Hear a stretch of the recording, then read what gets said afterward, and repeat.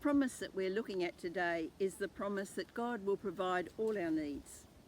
We did touch on this on the series on the Lord's Prayer, that God knows what we need and will provide it.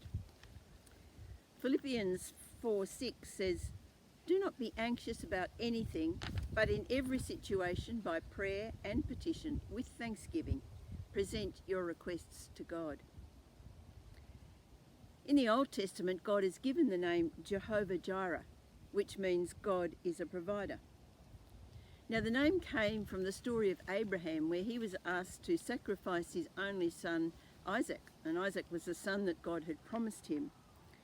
Abraham prepared to do this in obedience, but at the last minute, God stayed his hand and provided a ram for the sacrifice. The ram was caught in nearby bushes. And so Abraham named the place Jehovah Jireh, God provides. God provides for everything. In Matthew 6, Jesus tells people there's no need to worry, because even the birds are fed and they don't have to plant crops. God just provides for them. And if God can care about such tiny little creatures, how much more will he care about us? The words "do not worry" keep occurring through this little passage of 9 verses time and again.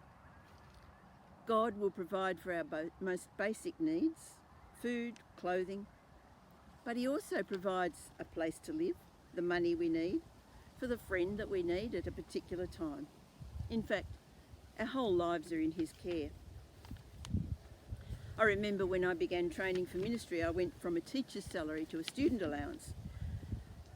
At that time, I was paying off a house in Melbourne, and I wasn't able to rent that house out and go into student gigs because my dad was living with me and he needed to be cared for. So on paper, there was no way that I was going to be able to keep paying the mortgage. Yet, after 3 years, there was not one bill unpaid. Nothing that we needed had gone without. And sure, it wasn't easy. It involved quite a bit of juggling of money and being very careful, but it also involved unexpected little gifts. Money popped in the letterbox to buy some books or something that I needed. God just provided. The story of the people of Israel wandering through the desert is a story of how God provided for their needs, but they weren't always willing to trust, and they often grumbled, "We're out here dying of thirst," or "We're hungry." At one time, God provided the water they needed by telling Moses to strike the rock, and as he did, water gushed out. When they had no food, God caused a flaky substance to fall each night. They could collect it in the morning and make it into a sort of bread. For meat, he sent quail.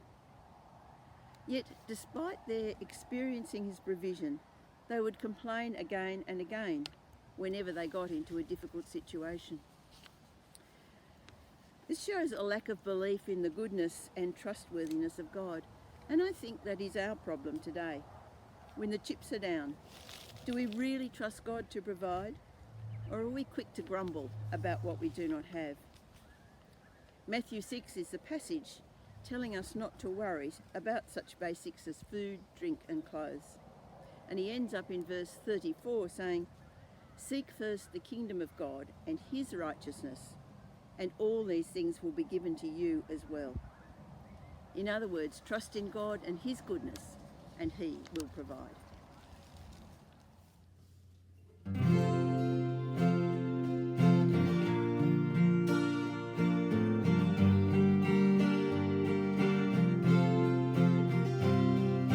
You have become for us wisdom.